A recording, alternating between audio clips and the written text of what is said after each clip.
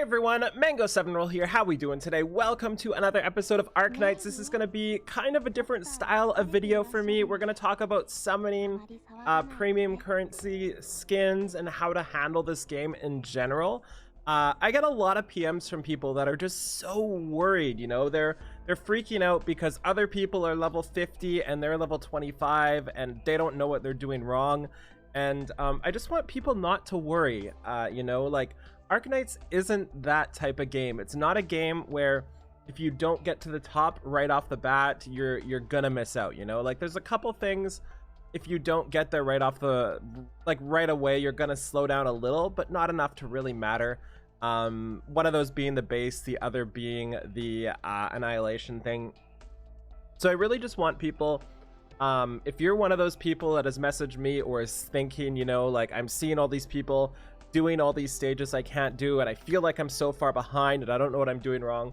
I just I would love for you to calm down just for like your own sake, you know, and we'll talk about why. And myself, my account, I consider mine to be pretty far behind too, especially compared to others. And again, we'll talk about why in a second. So first off, let's talk about summons and banners. I'm getting asked a lot whether or not you should summon for the Silver Ash banner. This is it right here. We've got Silver Ash, Praminix, Cliffheart, and Matterhorn. Pretty much all solid units. Cliffheart is free, so that's going to be like a duplicate there. Silver Ash is insane as always. And a lot of people are asking me, including myself, whether or not I should pull until the guaranteed 5-star. Or higher. So the way I see this going is if you don't have the character, you might want to do it, but if you do have the character, if you do have Silver Ash, then I probably wouldn't. And a lot of people are saying, you know, you can do these single pulls, you can do them one at a time. It's not in a 10 pull, it is in the next 10 rolls.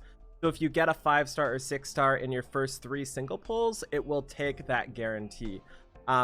And that's one of the things I was thinking about, and that means you're not actually increasing your odds, from what I understand, unless you hit that 10 pull. So if you plan to just go one at a time until you get one, that 5-star you got was just all RNG. It wasn't any increased odds or anything. It's the 10th one that forces it.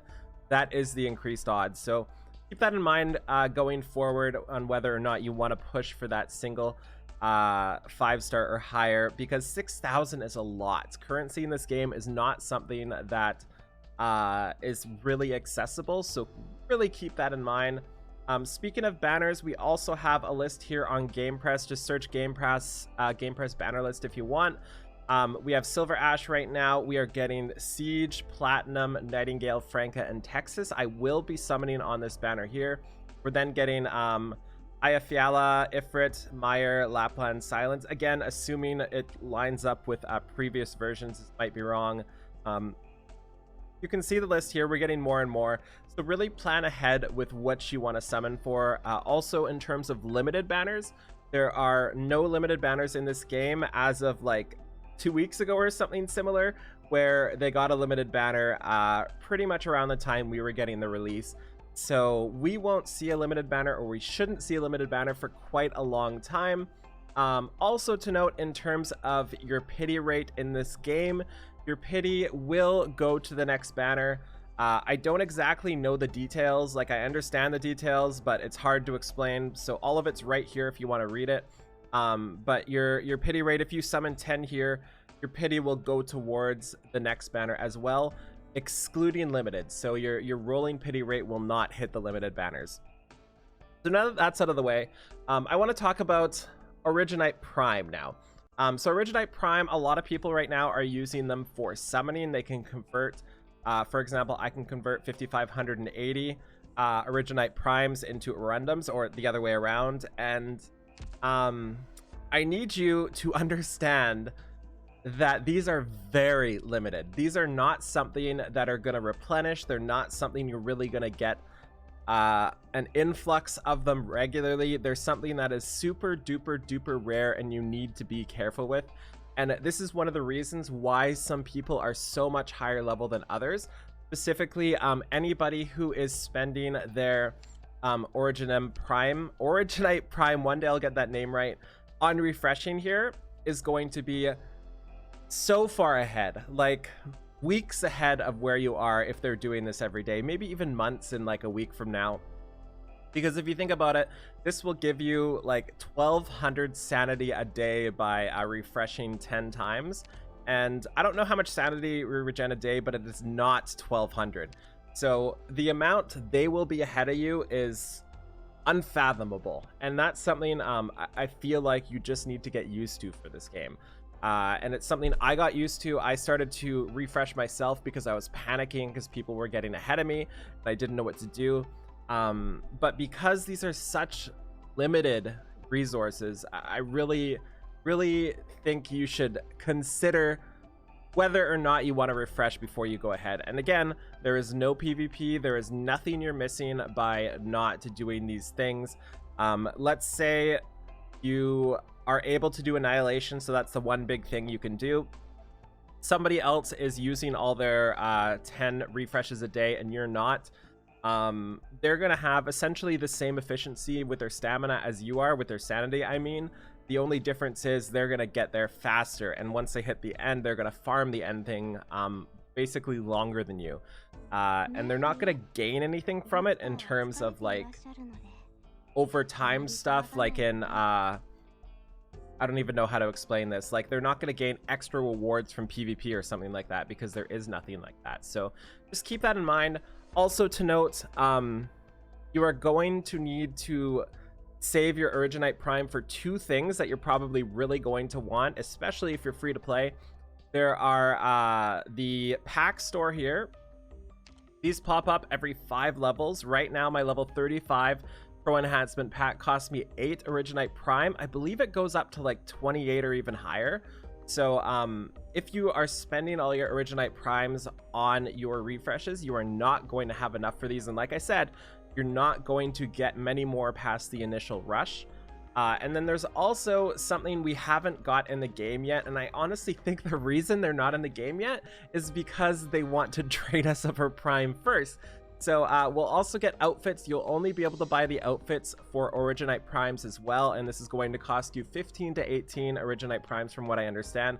And just as a side note, I hope everything I say is accurate in this video in terms of my numbers, but it should be accurate in theory, just as a heads up.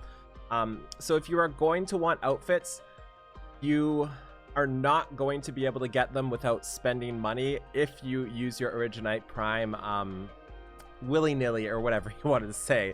Wow, Mango, willy-nilly, was that really your choice of words? So if we take a look at this here, you're going to need 10 Originite Prime a day to refresh enough to really, in quotes, keep up. And that ends up being about $7 US a day, I think. $7.5 US a day, because you'll only get 20 here the second time. And keep in mind, once a skin comes out, you will have to buy one of these packs to get it. It'll cost you somewhere in the realm of like 13 to 15 US per skin.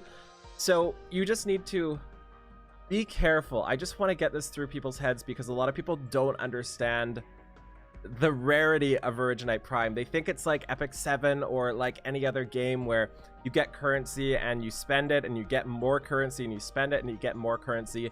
That is why they have the two separate sides. They have the Originite Prime and then they have the Orundum that are used for summoning. So I just really hope people understand this.